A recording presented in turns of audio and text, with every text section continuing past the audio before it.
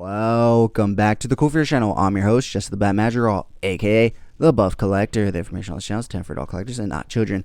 And welcome to episode 27 of my in-depth behind-the-scenes toy photography video series here on the Cool Fears channel. If you do enjoy this video, please remember to give it a like, share, comment, and subscribe. In this video series, I will give you an in-depth look at a shot that I did for my Epic Shots by Cool Fears page. That's where I post my more thought-out plan and more edited pics. I will take you through my setup, my lighting, my idea behind the pic, the figures that I used, and of course, my overall process. So jumping right into this week's episode, guys, as you can see, we have a mashup right here with Halo's Master Chief and Predator's Stoneheart Predator. So I am utilizing the brand new NECA Toys Stoneheart Predator figure, as well as the 1000 Toys Master Chief figure from, well, 1000 Toys. So unfortunately, the Spartan collection by Jazzwares, the overall main line Halo figure line, has not given us really any real alien options. They've given us one Arbiter, but that's basically it. No other kinds of Covenant aliens for him to go up against, for the other Spartans to go up against. Thankfully, the grunts in the world of Halo, ironically enough, do actually scale well with this Master Chief figure. So I have utilized those in a few shots with this guy as well. But I wanted him to go up against a larger, more formidable foe. And when I got my hands on the new NECA Stoneheart Predator, this was what was in my mind. This is the reason why I bought him, was so he can go up against Master Chief. And Master Chief can have a really big alien type foe to go up against. Like I said, I know it's not technically Halo Covenant aliens, but it's alien nonetheless. So it works for me. And so that's basically what this whole image is basically about. It's Master Chief coming across this guy right here. Now, the Stoneheart is technically a 1/12 scale figure. However, he is a mega size figure, so he is closer to like a 1/6 scale figure. So he definitely towers over Chief. I do have like maybe 2 or 3 other shots planned for this whole setup right here, which will probably be coming out next week and then the following week as well.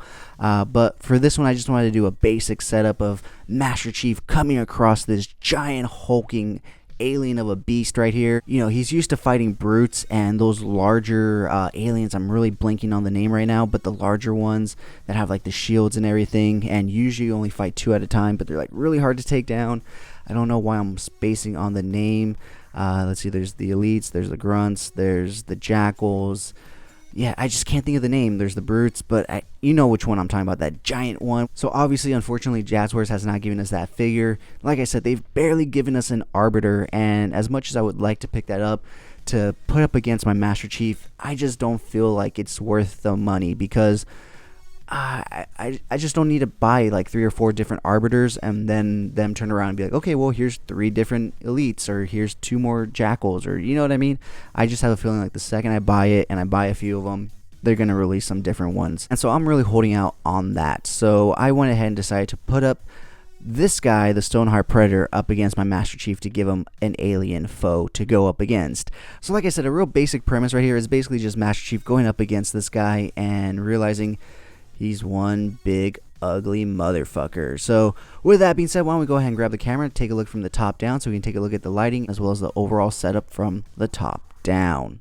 Alright guys, so here we are at the top, but before we take a look at the lights real quick, I do want to say that the setup that I'm using is by Extreme Sets. It is their Sector 7 pop-up diorama. So as you can see, we have 2 key lights up here pointed mainly directly at Master Chief in the back of the Stoneheart Predator.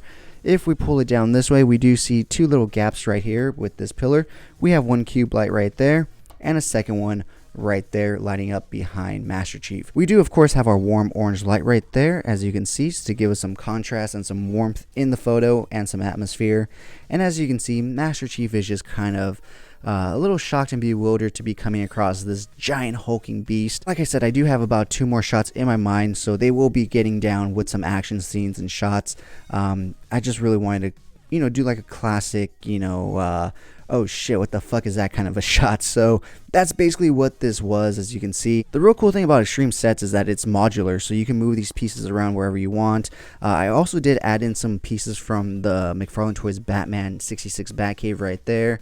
This is from a build-up pack from Jazzwares World of Halo line. and that backpack back there is part of the Jedha Patrol Stormtrooper by Star Wars Black Series.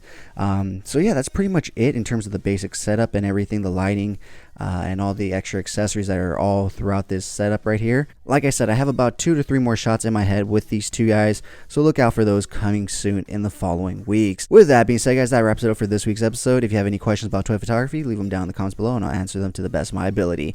If you've made it this far, type down in the comments below, ugly motherfucker. That way I know you made it this far and you're enjoying the content.